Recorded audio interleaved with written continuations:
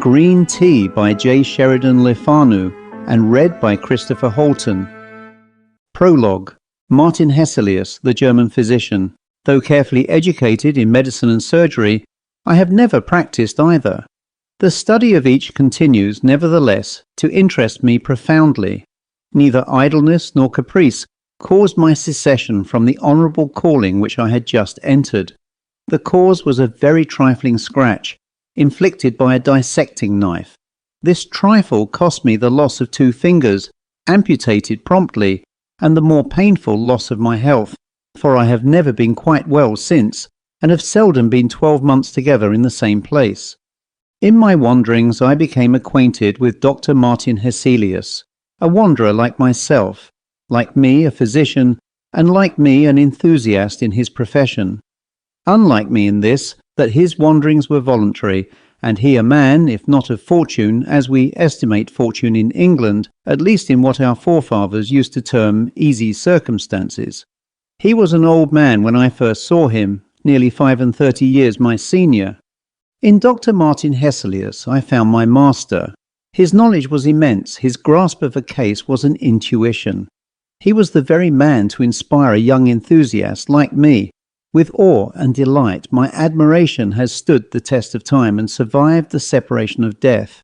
I am sure it was well founded. For nearly 20 years I acted as his medical secretary. His immense collection of papers he has left in my care, to be arranged, indexed and bound. His treatment of some of these cases is curious. He writes in 2 distinct characters. He describes what he saw and heard as an intelligent layman might, and when in this style of narrative he had seen the patient either through his own hall door to the light of day, or through the gates of darkness to the caverns of the dead, he returns upon the narrative, and in the terms of his art and with all the force and originality of genius, proceeds to the work of analysis, diagnosis and illustration. Here and there a case strikes me as of a kind to amuse or horrify a lay reader with an interest quite different from the peculiar one which it may possess for an expert. With slight modifications, chiefly of language, and of course a change of names, I copy the following. The narrator is Dr. Martin Hesselius.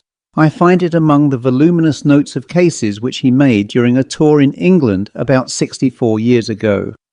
It is related in series of letters to his friend Professor Van Loo of Leyden. The professor was not a physician, but a chemist, and a man who read history and metaphysics and medicine, and had, in his day, written a play.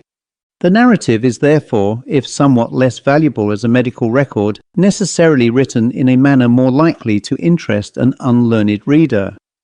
These letters, from a memorandum attached, appear to have been returned on the death of the professor in 1819 to Dr. Hesselius.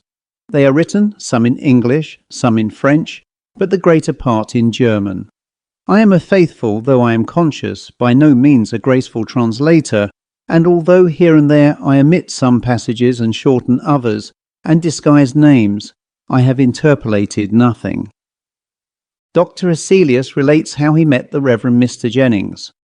The Reverend Mr. Jennings is tall and thin. He is middle-aged and dresses with a natty old-fashioned high church precision. He is naturally a little stately, but not at all stiff. His features, without being handsome, are well formed, and their expression extremely kind, but also shy. I met him one evening at Lady Mary Haydock's. The modesty and benevolence of his countenance are extremely prepossessing. We were but a small party, and he joined agreeably enough in the conversation. He seems to enjoy listening very much more than contributing to the talk, but what he says is always to the purpose and well said. He is a great favourite of Lady Mary's, who it seems consults him upon many things, and thinks him the most happy and blessed person on earth. Little knows she about him. The Reverend Mr. Jennings is a bachelor, and has, they say, £60,000 in the funds. He is a charitable man. He is most anxious to be actively employed in his sacred profession, and yet, though always tolerably well elsewhere, when he goes down to his vicarage in Warwickshire to engage in the actual duties of his sacred calling, his health soon fails him, and in a very strange way. So says Lady Mary. There is no doubt that Mr. Jennings' health does break down in generally a sudden and mysterious way, sometimes in the very act of officiating in his old and pretty church at Kenlis. It may be his heart, it may be his brain, but so it has happened 3 or 4 times, or oftener, that after proceeding a certain way in the service, he has on a sudden stopped short, and after a silence, apparently quite unable to resume, he has fallen into solitary, inaudible prayer, his hands and his eyes uplifted and then pale as death, and in the agitation of a strange shame and horror, descended trembling and got into the vestry room, leaving his congregation without explanation to themselves. This occurred when his curate was absent. When he goes down to Kenlis now, he always takes care to provide a clergyman to share his duty, and to supply his place on the instant should he become thus suddenly incapacitated. When Mr. Jennings breaks down quite and beats a retreat from the vicarage, and returns to London, where in a dark street off Piccadilly he inhabits a very narrow house, Lady Mary says that he is always perfectly well. I have my own opinion about that. There are degrees, of course. We shall see. Mr. Jennings is a perfectly gentlemanlike man.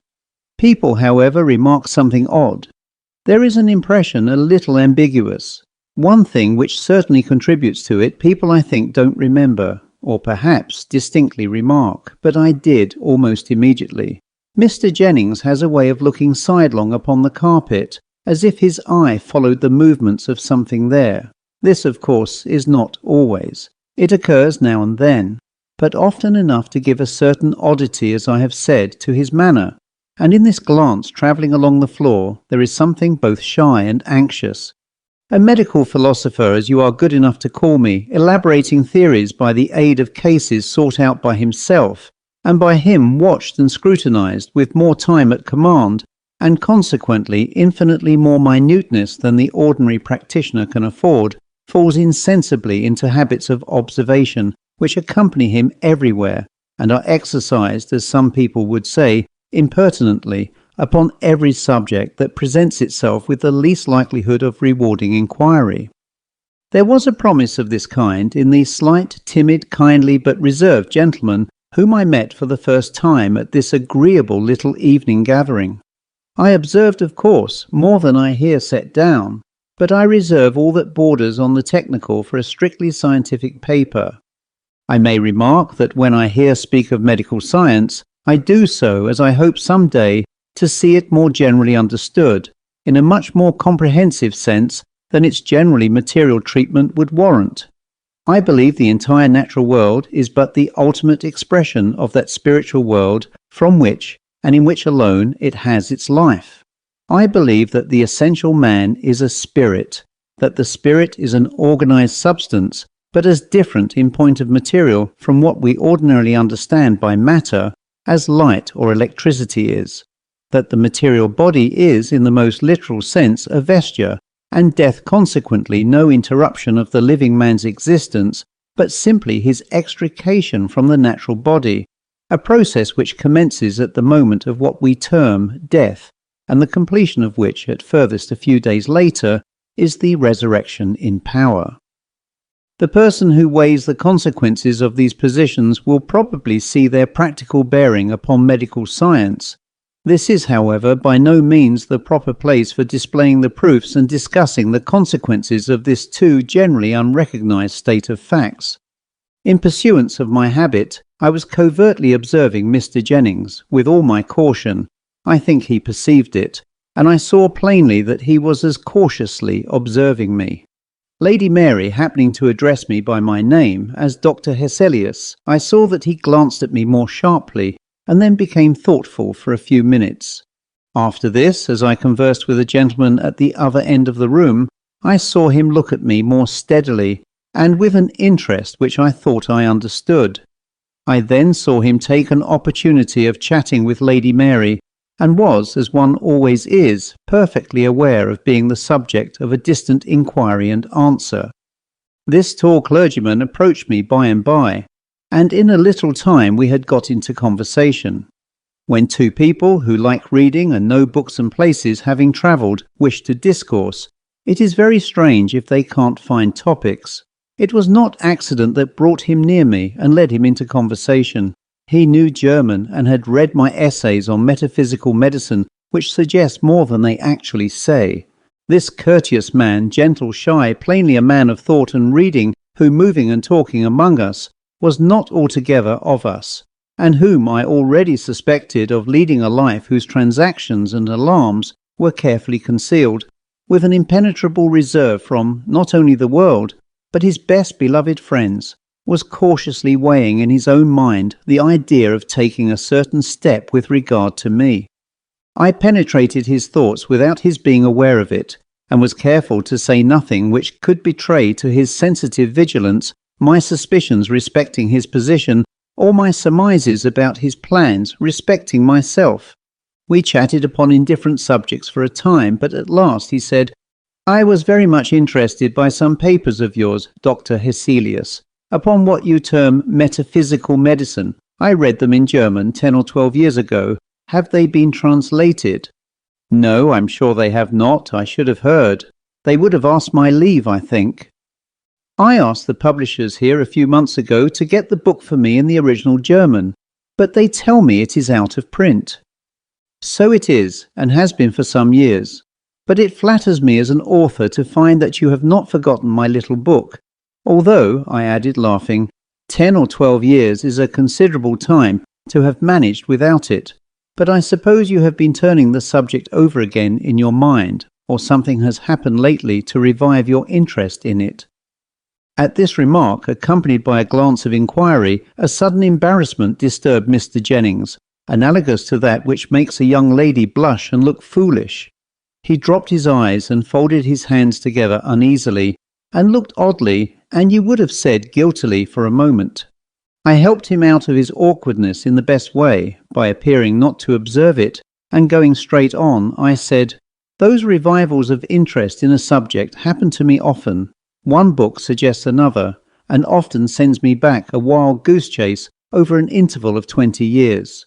But if you still care to possess a copy, I shall be only too happy to provide you. I have still got 2 or 3 by me, and if you allow me to present one, I shall be very much honoured." "You are very good indeed," he said, quite at his ease again in a moment. "I almost despaired. I don't know how to thank you." "Pray don't say a word. The thing is really so little worth that I am only ashamed of having offered it, and if you thank me any more I shall throw it into the fire in a fit of modesty." Mr. Jennings laughed. He inquired where I was staying in London, and after a little more conversation on a variety of subjects, he took his departure. The doctor questions Lady Mary, and she answers. "I like your vicar so much, Lady Mary," said I, as soon as he was gone. "He has read, travelled, and thought, and having also suffered, he ought to be an accomplished companion." "So he is, and better still, he is a really good man," said she. "His advice is invaluable about my schools and all my little undertakings at Dawlbridge, and he's so painstaking, he takes so much trouble, you have no idea, wherever he thinks he can be of use. He's so good-natured and so sensible." "It is pleasant to hear so good an account of his neighbourly virtues. I can only testify to his being an agreeable and gentle companion, and in addition to what you have told me, I think I can tell you 2 or 3 things about him," said I. "Really?" "Yes, to begin with, he's unmarried." "Yes, that's right. Go on." "He has been writing, that is, he was, but for 2 or 3 years perhaps, he has not gone on with his work, and the book was upon some rather abstract subject, perhaps theology." "Well, he was writing a book, as you say. I'm not quite sure what it was about, but only that it was nothing that I cared for. Very likely you are right, and he certainly did stop, yes. And although he only drank a little coffee here tonight, he likes tea, at least did like it extravagantly." "Yes, that's quite true. He drank green tea a good deal, didn't he?" I pursued. "Well, that's very odd. Green tea was a subject on which we used almost to quarrel." "But he has quite given that up," said I. "So he has. And now, one more fact. His mother or his father, did you know them?" "Yes, both. His father is only 10 years dead, and their place is near Dawlbridge. We knew them very well," she answered. "Well, either his mother or his father. I should rather think his father saw a ghost," said I. "Well, you really are a conjurer, Dr. Hesselius." Conjurer or no, haven't I said right? I answered merrily. You certainly have, and it was his father. He was a silent, whimsical man, and he used to bore my father about his dreams, and at last he told him a story about a ghost he had seen and talked with, and a very odd story it was. I remember it particularly because I was so afraid of him. This story was long before he died, when I was quite a child, and his ways were so silent and moping, and he used to drop in sometimes in the dusk when I was alone in the drawing room, and I used to fancy there were ghosts about him. I smiled and nodded. And now, having established my character as a conjurer, I think I must say good night, said I. But how did you find it out? By the planets, of course, as the gypsies do, I answered, and so gaily we said good night. Next morning I sent the little book he had been inquiring after, and a note to Mr. Jennings, and on returning late that evening I found that he had called at my lodgings and left his card. He asked whether I was at home and asked at what hour he would be most likely to find me. Does he intend opening his case and consulting me professionally, as they say? I hope so. I have already conceived a theory about him. It is supported by Lady Mary's answers to my parting questions. I should like much to ascertain from his own lips. But what can I do consistently with good breeding to invite a confession? Nothing. I rather think he meditates one. At all events, my dear Van L., I shan't make myself difficult of access. I mean to return his visit tomorrow. It will be only civil in return for his politeness to ask to see him. Perhaps something may come of it. Whether much, little or nothing, my dear Van L., you shall hear. Dr. Hesselius picks up something in Latin books. Well, I have called at Blank Street. On inquiring at the door, the servant told me that Mr. Jennings was engaged very particularly with a gentleman, a clergyman from Kenlis, his parish in the country. Intending to reserve my privilege and to call again, I merely intimated that I should try another time, and had turned to go when the servant begged my pardon and asked me, looking at me a little more attentively than well-bred persons of his order usually do, whether I was Dr. Hesselius, and on learning that I was, he said, "Perhaps then, sir, you would allow me to mention it to Mr. Jennings, for I am sure he wishes to see you." The servant returned in a moment with a message from Mr. Jennings, asking me to go into his study, which was in effect his back drawing-room, promising to be with me in a very few minutes. This was really a study, almost a library. The room was lofty, with 2 tall slender windows and rich dark curtains. It was much larger than I had expected, and stored with books on every side, from the floor to the ceiling. The upper carpet, for to my tread it felt that there were 2 or 3, was a Turkey carpet. My steps fell noiselessly. The bookcases standing out placed the windows, particularly narrow ones, in deep recesses. The effect of the room was, although extremely comfortable and even luxurious, decidedly gloomy, and aided by the silence, almost oppressive. Perhaps, however, I ought to have allowed something for association. My mind had connected peculiar ideas with Mr. Jennings. I stepped into this perfectly silent room, of a very silent house, with a peculiar foreboding, and its darkness and solemn clothing of books, for except where 2 narrow looking-glasses were set in the wall, they were everywhere, helped this sombre feeling. While awaiting Mr. Jennings' arrival, I amused myself by looking into some of the books with which his shelves were laden. Not among these, but immediately under them, with their backs upward on the floor, I lighted upon a complete set of Swedenborg's Arcana Caelestia, in the original Latin, a very fine folio set, bound in the natty livery which theology affects, pure vellum, namely gold letters and carmine edges. There were paper markers in several of these volumes. I raised and placed them one after the other upon the table, and opening where these papers were placed, I read in the solemn Latin phraseology a series of sentences indicated by a penciled line at the margin. Of these I copy here a few, translating them into English. When man's interior sight is opened, which is that of his spirit, then there appear the things of another life which cannot possibly be made visible to the bodily sight. By the internal sight it has been granted me to see the things that are in the other life, more clearly than I see those that are in the world.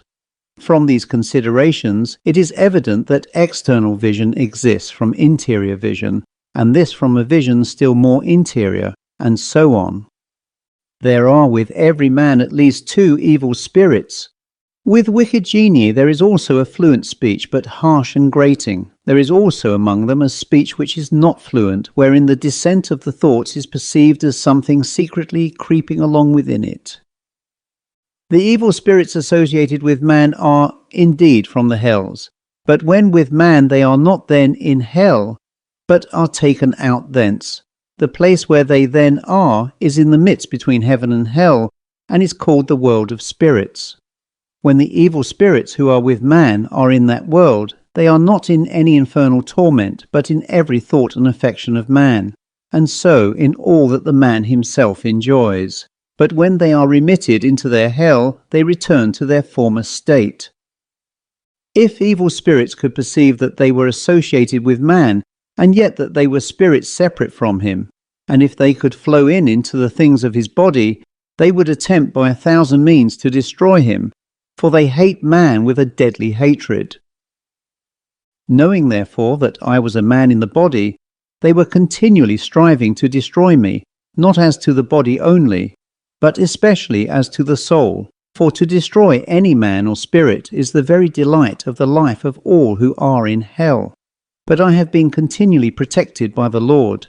Hence it appears how dangerous it is for man to be in a living consort with spirits, unless he be in the good of faith.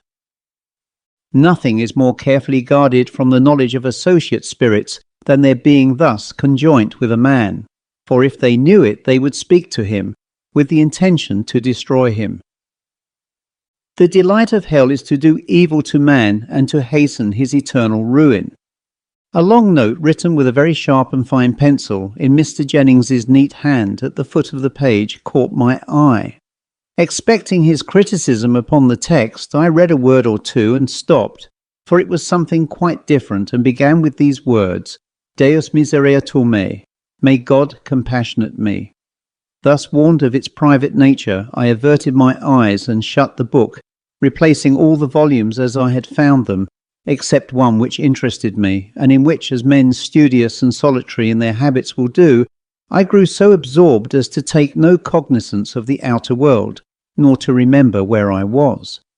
I was reading some pages which refer to representatives and correspondence in the technical language of Swedenborg, and had arrived at a passage, the substance of which is that evil spirits, when seen by other eyes than those of their infernal associates, present themselves, by correspondence, in the shape of the beast, Pharaoh, which represents their particular lust and life, in aspect direful and atrocious.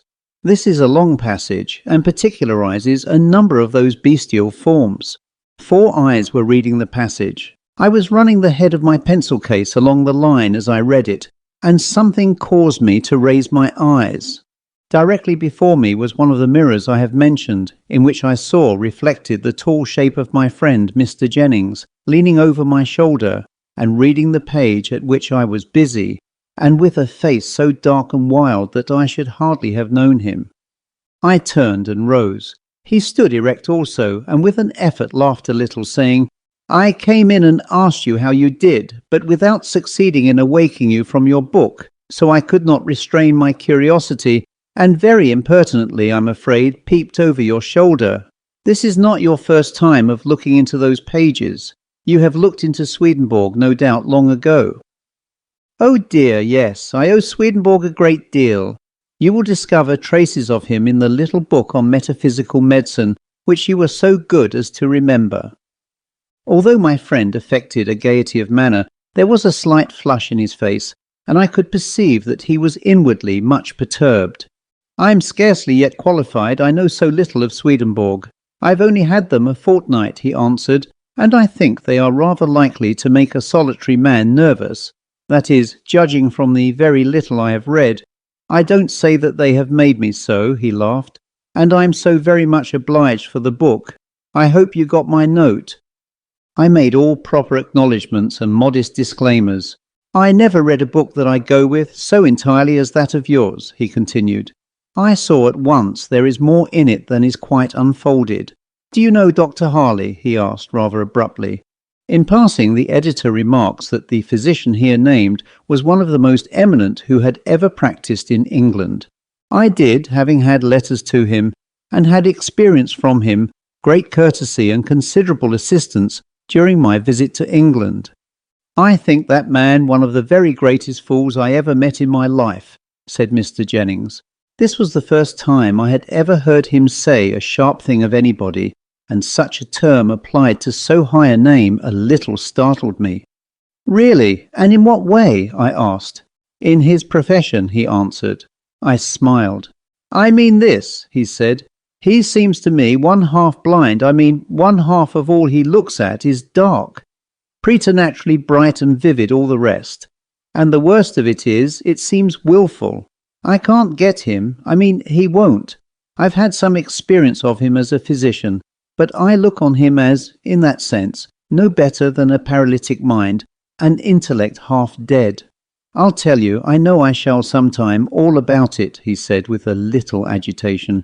"You stay some months longer in England. If I should be out of town during your stay for a little time, would you allow me to trouble you with a letter?"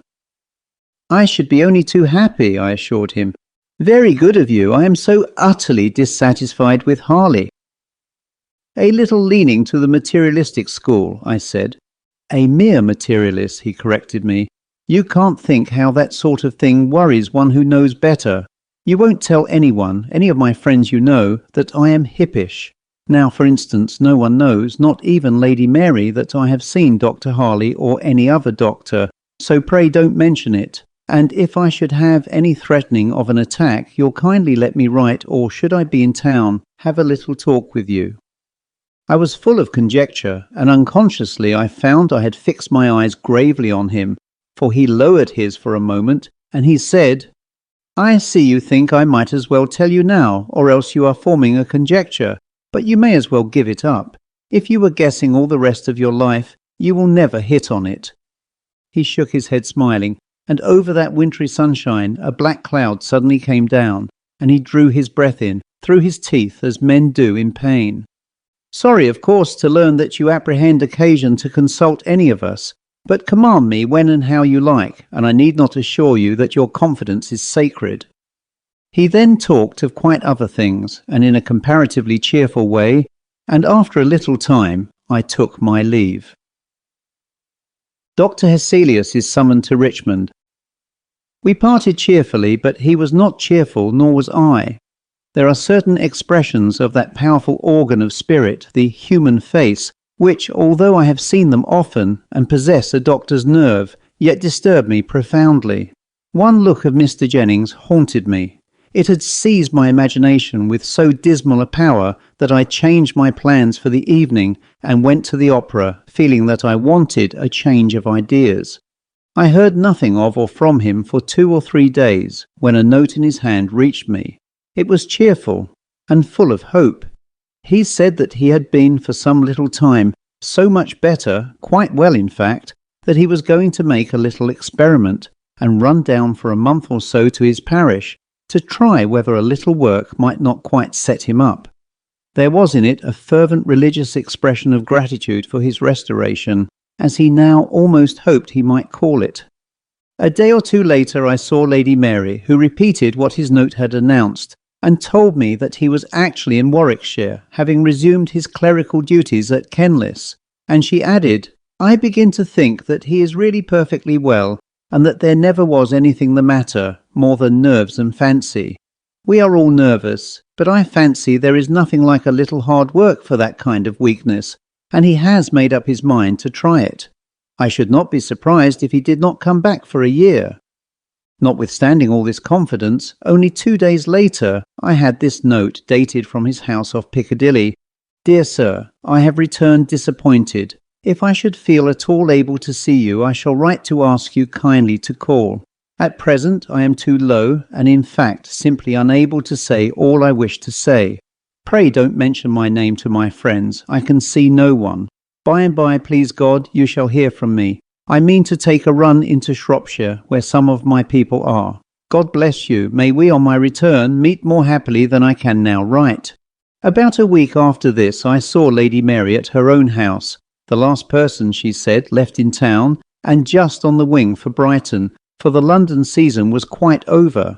She told me that she had heard from Mr. Jennings' niece Martha in Shropshire. There was nothing to be gathered from her letter, more than that he was low and nervous. In those words, of which healthy people think so lightly, what a world of suffering is sometimes hidden. Nearly 5 weeks had passed without any further news of Mr. Jennings. At the end of that time I received a note from him. He wrote, "I have been in the country and have had change of air, change of scene, change of faces, change of everything, and in everything but myself. I have made up my mind, so far as the most irresolute creature on earth can do it, to tell my case fully to you. If your engagements will permit, pray come to me today, tomorrow, or the next day, but pray defer as little as possible. You know not how much I need help. I have a quiet house at Richmond where I now am. Perhaps you can manage to come to dinner, or to luncheon, or even to tea. You shall have no trouble in finding me out. The servant at Blank Street who takes this note will have a carriage at your door at any hour you please, and I am always to be found. You will say that I ought not to be alone. I have tried everything. Come and see." I called up the servant and decided on going out the same evening, which accordingly I did.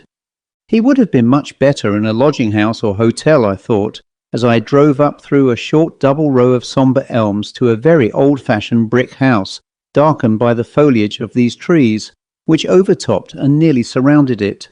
It was a perverse choice, for nothing could be imagined more triste and silent. The house, I found, belonged to him. He had stayed for a day or two in town, and, finding it for some cause insupportable, had come out here, probably because being furnished and his own, he was relieved of the thought and delay of selection by coming here. The sun had already set, and the red reflected light of the western sky illuminated the scene with the peculiar effect with which we are all familiar. The hall seemed very dark, but getting to the back drawing-room, whose windows command the west, I was again in the same dusky light. I sat down, looking out upon the richly wooded landscape that glowed in the grand and melancholy light, which was every moment fading. The corners of the room were already dark. All was growing dim, and the gloom was insensibly toning my mind, already prepared for what was sinister. I was waiting alone for his arrival, which soon took place. The door communicating with the front room opened, and the tall figure of Mr. Jennings, faintly seen in the ruddy twilight, came, with quiet stealthy steps, into the room. We shook hands, and taking a chair to the window, where there was still light enough to enable us to see each other's faces, he sat down beside me, and placing his hand upon my arm, with scarcely a word of preface, began his narrative. How Mr. Jennings met his companion.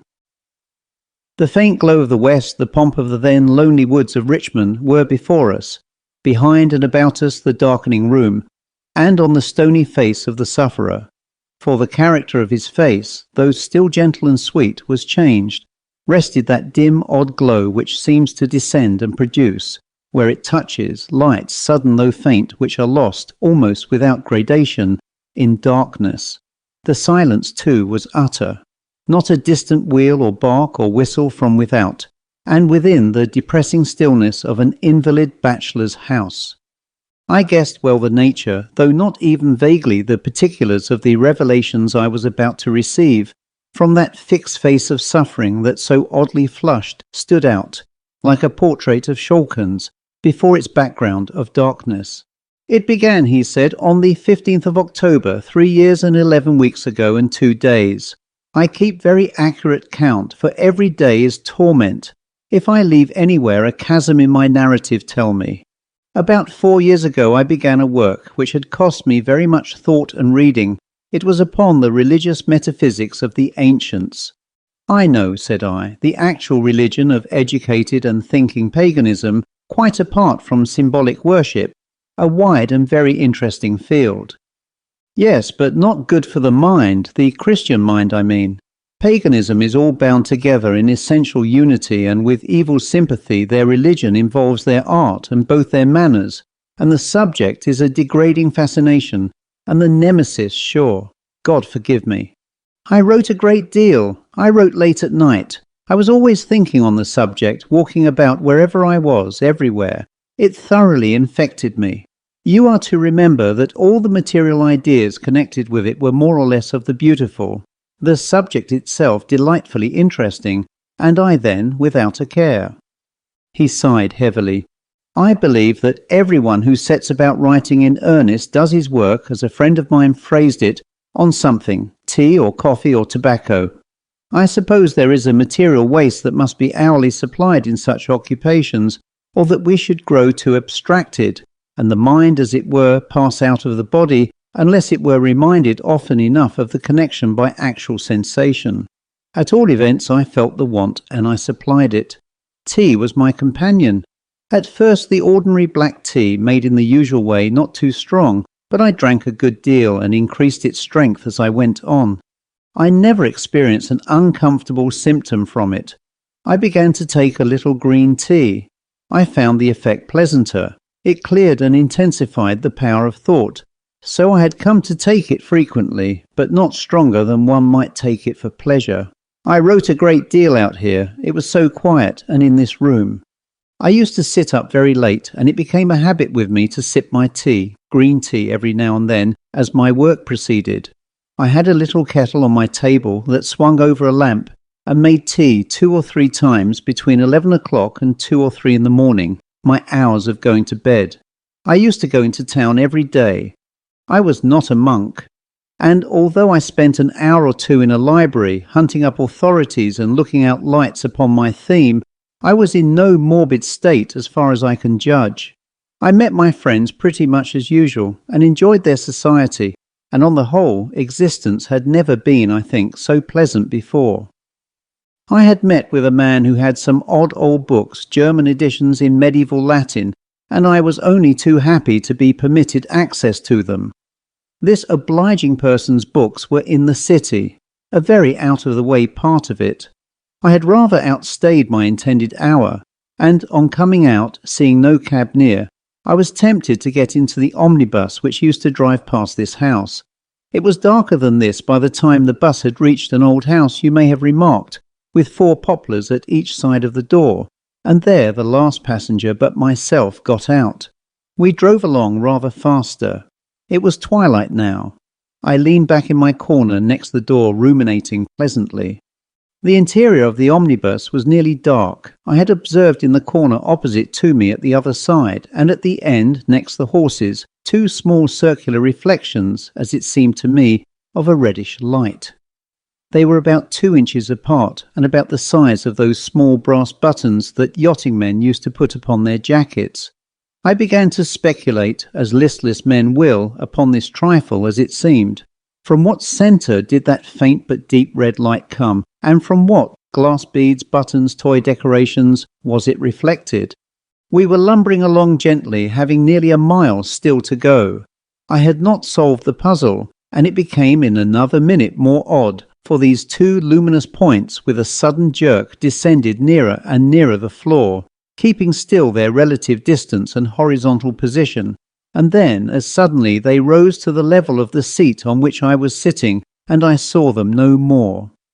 My curiosity was now really excited, and before I had time to think, I saw again these 2 dull lamps, again together near the floor. Again they disappeared, and again in their old corner I saw them. So keeping my eyes upon them, I edged quietly up my own side towards the end at which I still saw these tiny discs of red. There was very little light in the bus. It was nearly dark. I leaned forward to aid my endeavour to discover what these little circles really were. They shifted position a little as I did so. I began now to perceive an outline of something black, and I soon saw, with tolerable distinctness, the outline of a small black monkey, pushing its face forward in mimicry to meet mine. Those were its eyes, and I now dimly saw its teeth grinning at me. I drew back, not knowing whether it might not meditate a spring. I fancied that one of the passengers had forgot this ugly pet, and wishing to ascertain something of its temper, though not caring to trust my fingers to it, I poked my umbrella softly towards it. It remained immovable, up to it, through it, for through it and back and forward it passed, without the slightest resistance. I can't in the least convey to you the kind of horror that I felt. When I had ascertained that the thing was an illusion, as I then supposed, there came a misgiving about myself, and a terror that fascinated me in impotence to remove my gaze from the eyes of the brute for some moments. As I looked, it made a little skip back, quite into the corner, and I, in a panic, found myself at the door, having put my head out, drawing deep breaths of the outer air and staring at the lights and tress we were passing, too glad to reassure myself of reality. I stopped the bus and got out. I perceived the man look oddly at me as I paid him. I dare say there was something unusual in my looks and manner, for I had never felt so strangely before. The journey, first stage. When the omnibus drove on and I was alone upon the road, I looked carefully round to ascertain whether the monkey had followed me. To my indescribable relief, I saw it nowhere. I can't describe easily what a shock I had received, and my sense of genuine gratitude on finding myself, as I supposed, quite rid of it. I had got out a little before we reached this house, 200 or 300 steps. A brick wall runs along the footpath, and inside the wall is a hedge of yew or some dark evergreen of that kind, and within that again the row of fine trees which you may have remarked as you came. This brick wall is about as high as my shoulder, and happening to raise my eyes I saw the monkey with that stooping gait on all fours, walking or creeping, close beside me on top of the wall. I stopped, looking at it with a feeling of loathing and horror. As I stopped, so did it. It sat up on the wall with its long hands on its knees, looking at me. There was not light enough to see it much more than in outline, nor was it dark enough to bring the peculiar light of its eyes into strong relief. I still saw, however, that red foggy light plainly enough. It did not show its teeth nor exhibit any sign of irritation, but seemed jaded and sulky and was observing me steadily. I drew back into the middle of the road. It was an unconscious recoil, and there I stood, still looking at it. It did not move. With an instinctive determination to try something, anything, I turned about and walked briskly towards town, with a scant look all the time, watching the movements of the beast. It crept swiftly along the wall at exactly my pace. Where the wall ends near the turn of the road, it came down, and with a wiry spring or two brought itself close to my feet, and continued to keep up with me as I quickened my pace. It was at my left side, so close to my leg that I felt every moment as if I should tread upon it. The road was quite deserted and silent, and it was darker every moment. I stopped dismayed and bewildered, turning as I did so the other way. I mean towards this house, away from which I had been walking. When I stood still, the monkey drew back to a distance of, I suppose, about 5 or 6 yards, and remained stationary, watching me. I had been more agitated than I have said. I had read, of course, as everyone has, something about spectral illusions, as you physicians term the phenomena of such cases. I considered my situation, and looked my misfortune in the face. These affections, I had read, are sometimes transitory and sometimes obstinate. I had read of cases in which the appearance, at first harmless, had, step by step, degenerated into something direful and insupportable, and ended by wearing its victim out. Still as I stood there, but for my bestial companion, quite alone, I tried to comfort myself by repeating again and again the assurance, the thing is purely disease, a well-known physical affection, as distinctly as smallpox or neuralgia. Doctors are all agreed on that. Philosophy demonstrates it. I must not be a fool. I've been sitting up too late, and I dare say my digestion is quite wrong. And with God's help, I shall be all right. And this is but a symptom of nervous dyspepsia. Did I believe all this? Not one word of it, no more than any other miserable being ever did, who is once seized and riveted in this satanic captivity. Against my convictions, I might say my knowledge, I was simply bullying myself into a false courage. I now walked homeward. I had only a few hundred yards to go. I had forced myself into a sort of resignation, but I had not got over the sickening shock and the flurry of the first certainty of my misfortune. I made up my mind to pass the night at home. The brute moved close beside me, and I fancied there was the sort of anxious drawing towards the house which one sees in tired horses or dogs, sometimes as they come toward home. I was afraid to go into town. I was afraid of anyone seeing and recognizing me. I was conscious of an irrepressible agitation in my manner. Also, I was afraid of any violent change in my habits, such as going to a place of amusement or walking from home in order to fatigue myself. At the hall door it waited till I mounted the steps, and when the door was opened, entered with me. I drank no tea that night. I got cigars and some brandy and water. My idea was that I should act upon my material system, and by living for a while in sensation apart from thought, send myself forcibly, as it were, into a new groove. I came up here to this drawing room. I sat just here. The monkey then got upon a small table that then stood there. It looked dazed and languid. An irrepressible uneasiness as to its movements kept my eyes always upon it. Its eyes were half closed, but I could see them glow. It was looking steadily at me. In all situations, at all hours, it is awake and looking at me. That never changes. I shall not continue in detail my narrative of this particular night. I shall describe rather the phenomena of the first year, which never varied essentially. I shall describe the monkey as it appeared in daylight. In the dark, as you shall presently hear, there are peculiarities. It is a small monkey, perfectly black. It had only one peculiarity, a character of malignity, incomprehensible malignity. During the first year it looked sullen and sick, but this character of intense malice and vigilance was always underlying that surly languor. During all that time it acted as if on a plan of giving me as little trouble as was consistent with watching me. Its eyes were never off me. I have never lost sight of it, except in my sleep, light or dark, day or night, since it came here, excepting when it withdraws for some weeks at a time, unaccountably. In total dark it is visible as in daylight. I do not mean merely its eyes. It is all visible distinctly in a halo that resembles a glow of red embers, and which accompanies it in all its movements. When it leaves me for a time, it is always at night, in the dark, and in the same way. It grows at first uneasy, and then furious, and then advances towards me, grinning and shaking, its paws clenched, and at the same time there comes the appearance of fire in the grate. I never have any fire. I can't sleep in the room where there is any, and it draws nearer and nearer to the chimney, quivering, it seems, with rage, and when its fury rises to the highest pitch, it springs into the grate and up the chimney, and I see it no more. When first this happened, I thought I was released. I was now a new man. A day passed, a night, and no return, and a blessed week, another week. I was always on my knees, Dr. Hesselius, always thanking God and praying.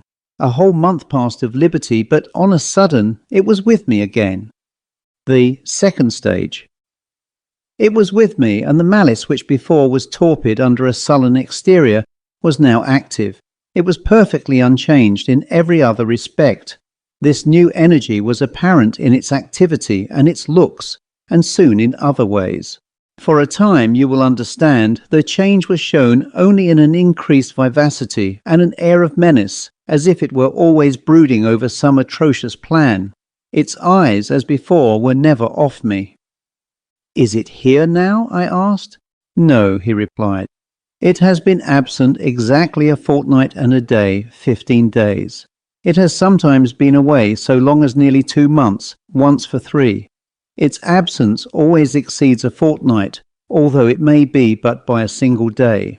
15 days having passed since I saw it last, it may return now at any moment." "Is its return," I asked, "accompanied by any peculiar manifestation?" "Nothing, no," he said. "It is simply with me again. On lifting my eyes from a book or turning my head, I see it as usual looking at me, and then it remains, as before, for its appointed time. I have never told so much and so minutely before to anyone." I perceived that he was agitated and looking like death, and he repeatedly applied his handkerchief to his forehead. I suggested that he might be tired, and told him that I would call with pleasure in the morning. But he said, "No, if you don't mind hearing it all now, I have got so far and I should prefer making one effort of it. When I spoke to Dr. Harley, I had nothing like so much to tell. You are a philosophic physician. You give spirit its proper rank. If this thing is real—" He paused, looking at me with agitated inquiry. "We can discuss it by and very fully. I will give you all I think," I answered after an interval. "Well, very well. If it is anything real, I say it is prevailing little by little and drawing me more interiorly into hell. Optic nerves he talked of. Ah, well, there are other nerves of communication. May God Almighty help me, you shall hear. Its power of action, I tell you, had increased. Its malice became, in a way, aggressive. About 2 years ago, some questions that were pending between me and the bishop having been settled, I went down to my parish in Warwickshire, anxious to find occupation in my profession. I was not prepared for what happened, although I have since thought I might have apprehended something like it. The reason of my saying so is this. He was beginning to speak with a great deal more effort and reluctance, and sighed often, and seemed at times nearly overcome. But at this time his manner was not agitated. It was more like that of a sinking patient who has given himself up. Yes, but I will first tell you about Kenlis, my parish. It was with me when I left this place for Dawbridge. It was my silent travelling companion, and it remained with me at the vicarage. When I entered on the discharge of my duties, another change took place. The thing exhibited an atrocious determination to thwart me. It was with me in the church, in the reading desk, in the pulpit, within the communion rails. At last it reached this extremity that while I was reading to the congregation, it would spring upon the book and squat there so that I was unable to see the page. This happened more than once. I left Dawbridge for a time. I placed myself in Dr. Harley's hands. I did everything he told me. He gave my case a great deal of thought. It interested him, I think. He seemed successful. For nearly 3 months I was perfectly free from a return. I began to think I was safe. With his full assent I returned to Dawbridge. I travelled in a chaise. I was in good spirits. I was happy and grateful. I was returning, as I thought, delivered from a dreadful hallucination, to the scene of duties which I longed to enter upon. It was a beautiful sunny evening. Everything looked serene and cheerful, and I was delighted. I remember looking out of the window to see the spire of my church at Kenley among the trees, at the point where one has the earliest view of it. It is exactly where the little stream that bounds the parish passes under the road by a culvert, and where it emerges at the roadside, a stone with an old inscription is placed. As we passed this point, I drew my head in and sat down, and in the corner of the chaise was the monkey. For a moment I felt faint and then quite wild with despair and horror. I called to the driver and got out and sat down at the roadside and prayed to God silently for mercy. A despairing resignation supervened. My companion was with me as I re-entered the vicarage. The same persecution followed. After a short struggle I submitted, and soon I left the place. "I told you," he said, "that the beast has before this become in certain ways aggressive. I will explain a little. It seemed to be actuated by intense and increasing fury whenever I said my prayers, or even meditated prayer. It amounted at last to a dreadful interruption. You will ask, how could a silent, immaterial phantom effect that? It was thus, whenever I meditated praying, it was always before me, and nearer and nearer. It used to spring on a table, on the back of a chair, on the chimney-piece, and slowly to swing itself from side to side, looking at me all the time. There is in its motion an indefinable power to dissipate thought, and to contract one's attention to that monotony, till the ideas shrink, as it were, to a point, and at last to nothing. And unless I had started up and shook off the catalepsy, I have felt as if my mind were on the point of losing itself. There are other ways," he sighed heavily. "Thus, for instance, while I pray with my eyes closed, it comes closer and closer, and I see it. I know it is not to be accounted for physically, but I do actually see it, though my lids are dosed, and so it rocks my mind, as it were, and overpowers me, and I am obliged to rise from my knees. If you had ever yourself known this, you would be acquainted with desperation. The third stage. I see, Dr. Hesselius, that you don't lose one word of my statement. I need not ask you to listen specially to what I am now going to tell you. They talk of the optic nerves and of spectral illusions as if the organ of sight was the only point assailable by the influences that have fastened upon me. I know better. For 2 years in my direful case, that limitation prevailed.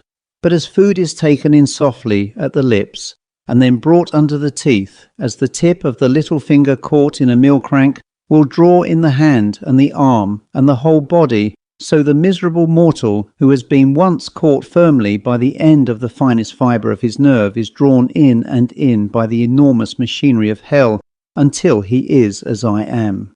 Yes, doctor, as I am. For a while I talk to you and implore relief. I feel that my prayer is for the impossible and my pleading with the inexorable. I endeavoured to calm his visibly increasing agitation and told him that he must not despair. While we talked, the night had overtaken us. The filmy moonlight was wide over the scene which the window commanded, and I said, "Perhaps you would prefer having candles. This light, you know, is odd. I should wish you, as much as possible, under your usual conditions while I make my diagnosis. Shall I call it? Otherwise I don't care." "All lights are the same to me," he said. "Except when I read or write, I care not if night were perpetual. I am going to tell you what happened about a year ago. The thing began to speak to me." "Speak? How do you mean? Speak as a man does, do you mean?" "Yes, speak in words and consecutive sentences with perfect coherence and articulation. But there is a peculiarity. It is not like the tone of a human voice. It is not by my ears it reaches me. It comes like a singing through my head. This faculty, the power of speaking to me, will be my undoing. It won't let me pray. It interrupts me with dreadful blasphemies. I dare not go on. I could not. Oh, doctor, can the skill and thought and prayers of man avail me nothing? You must promise me, my dear sir, not to trouble yourself with unnecessarily exciting thoughts. Confine yourself strictly to the narrative of facts, and recollect above all that even if the thing that infests you be, you seem to suppose a reality with an actual independent life and will, yet it can have no power to hurt you unless it be given from above. Its access to your senses depends mainly upon your physical condition. This is, under God, your comfort and reliance. We are all alike environed. It is only that in your case, the peris, the veil of the flesh, the screen, is a little out of repair, and sights and sounds are transmitted. We must enter on a new course, sir. Be encouraged. I'll give tonight to the careful consideration of the whole case." "You are very good, sir. You think it worth trying. You don't give me quite up. But, sir, you don't know. It is gaining such an influence over me. It orders me about. It is such a tyrant, and I'm growing so helpless. May God deliver me." "It orders you about, of course you mean by speech?" Yes, it is always urging me to crimes, to injure others or myself. You see, doctor, the situation is urgent. It is indeed. When I was in Shropshire a few weeks ago, Mr. Jennings was speaking rapidly and trembling now, holding my arm with one hand and looking in my face. "I went out one day with a party of friends for a walk. My persecutor, I tell you, was with me at the time. I lagged behind the rest. The country near the Dee, you know, is beautiful. Our path happened to lie near a coal mine, and at the verge of the wood is a perpendicular shaft, they say, 150 feet deep. My niece had remained behind with me. She knows, of course, nothing of the nature of my sufferings. She knew, however, that I had been ill and was low, and she remained to prevent my being quite alone. As we loitered slowly on together, the brute that accompanied me was urging me to throw myself down the shaft.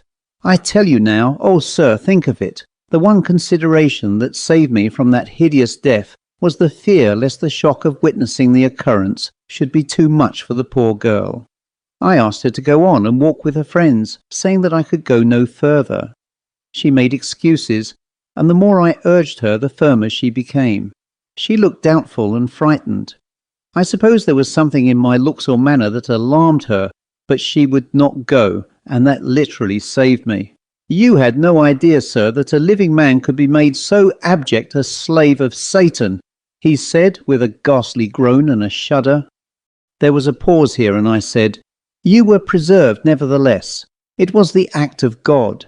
You are in his hands and in the power of no other being. Be therefore confident for the future. Home. I made him have candles lighted and saw the room looking cheery and inhabited before I left him. I told him that he must regard his illness strictly as one dependent on physical, though subtle physical causes. I told him that he had evidence of God's care and love in the deliverance which he had just described, and that I had perceived with pain that he seemed to regard its peculiar features as indicating that he had been delivered over to spiritual reprobation. Than such a conclusion nothing could be, I insisted, less warranted, and not only so, but more contrary to facts, as disclosed in his mysterious deliverance from that murderous influence during his Shropshire excursion. First, his niece had been retained by his side without his intending to keep her near him, and secondly, there had been infused into his mind an irresistible repugnance to execute the dreadful suggestion in her presence. As I reasoned this point with him, Mr. Jennings wept. He seemed comforted. One promise I exacted, which was that should the monkey at any time return, I should be sent for immediately, and repeating my assurance that I would give neither time nor thought to any other subject until I had thoroughly investigated his case, and that tomorrow he should hear the result, I took my leave. Before getting into the carriage, I told the servant that his master was far from well, and that he should make a point of frequently looking into his room. My own arrangements I made with a view to being quite secure from interruption. I merely called at my lodgings, and with a travelling desk and carpet bag, set off in a hackney carriage for an inn about 2 miles out of town, called the Horns, a very quiet and comfortable house, with good thick walls, and there I resolved, without the possibility of intrusion or distraction, to devote some hours of the night in my comfortable sitting room to Mr. Jennings's case, and so much of the morning as it might require. There occurs here a careful note of Dr. Hesselius's opinion upon the case, and of the habits, dietary, and medicines which he prescribed. It is curious, some persons would say mystical, but on the whole I doubt whether it would sufficiently interest a reader of the kind I am likely to meet with to warrant its being here reprinted. The whole letter was plainly written at the inn where he had hid himself for the occasion. The next letter is dated from his town lodgings.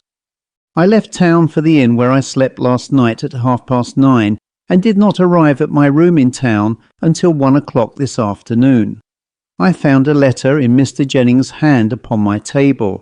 It had not come by post, and on inquiry I learned that Mr. Jennings' servant had brought it, and on learning that I was not to return until today, and that no one could tell him my address, he seemed very uncomfortable, and said his orders from his master were that he was not to return without an answer. I opened the letter and read, Dear Dr. Hesselius, it is here. You had not been an hour gone when it returned. It is speaking. It knows all that has happened. It knows everything. It knows you, and is frantic and atrocious. It reviles. I send you this.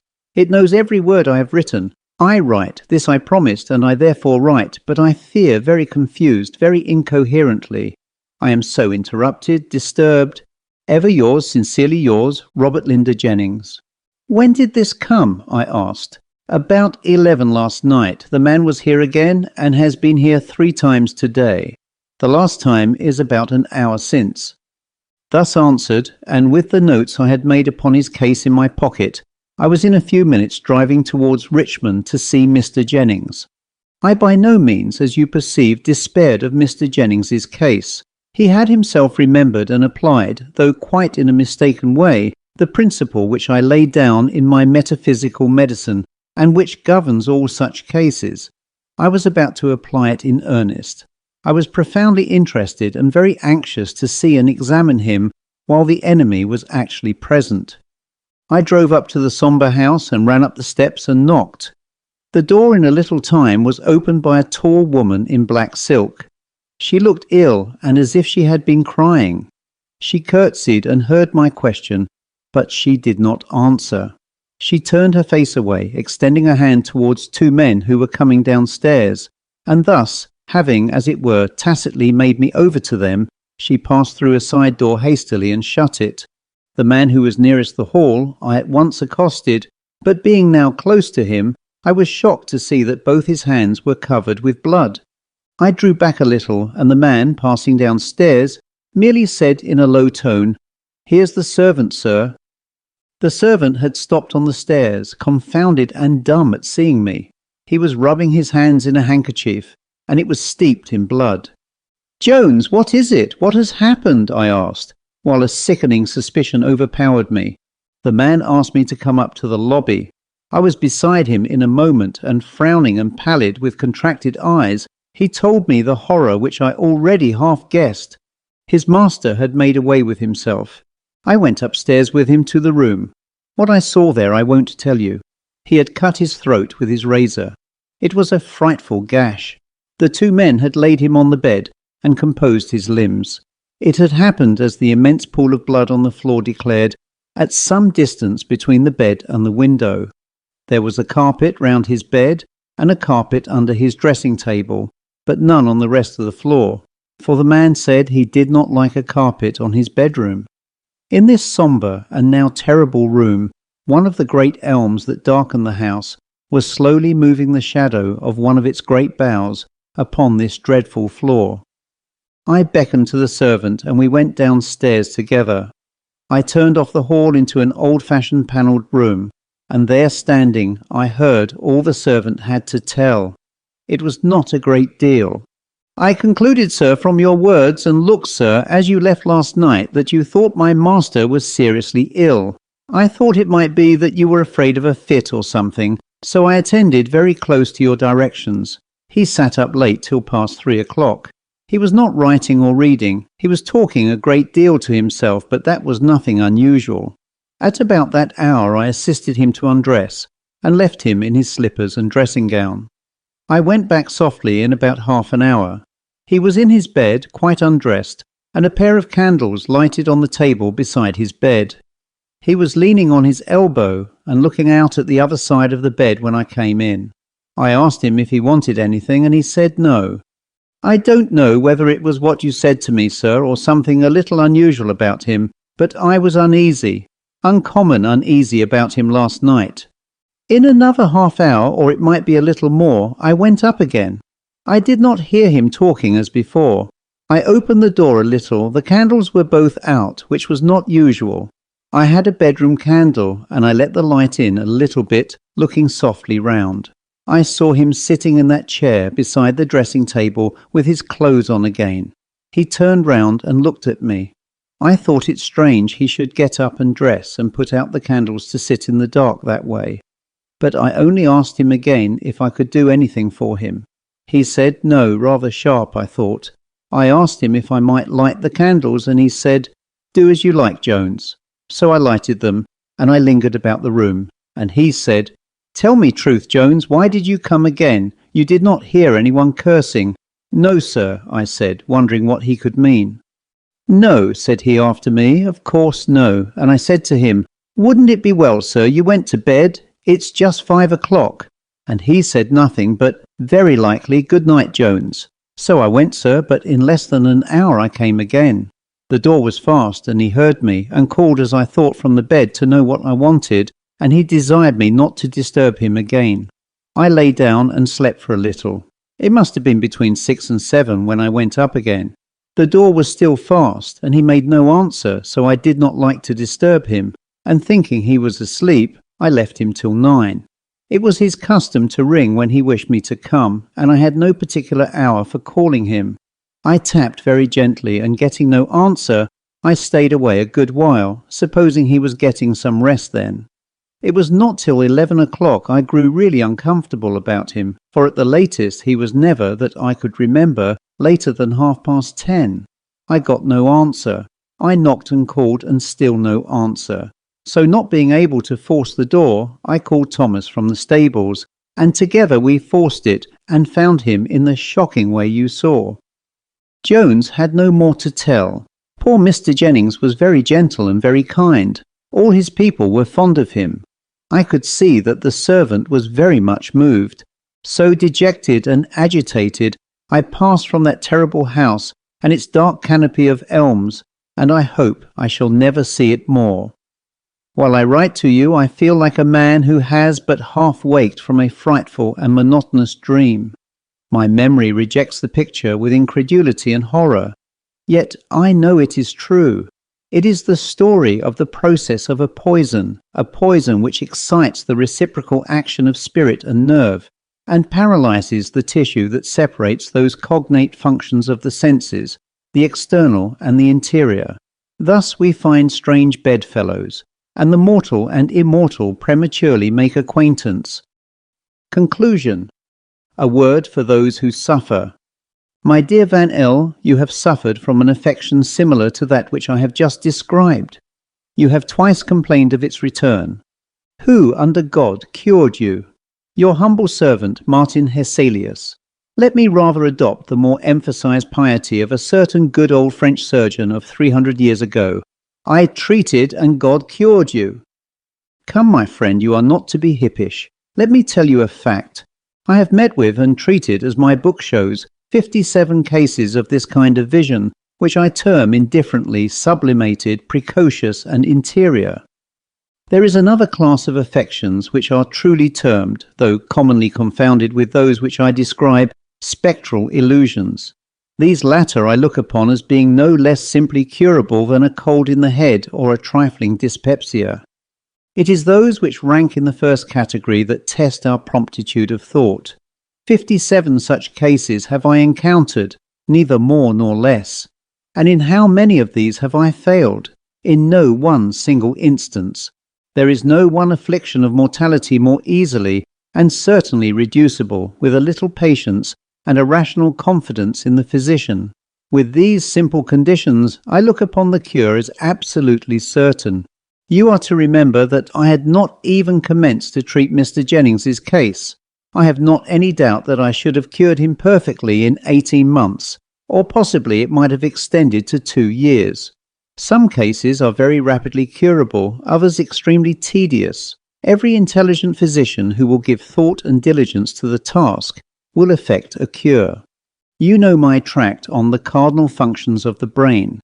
I there, by the evidence of innumerable facts, prove, as I think, the high probability of a circulation arterial and venous in its mechanism through the nerves.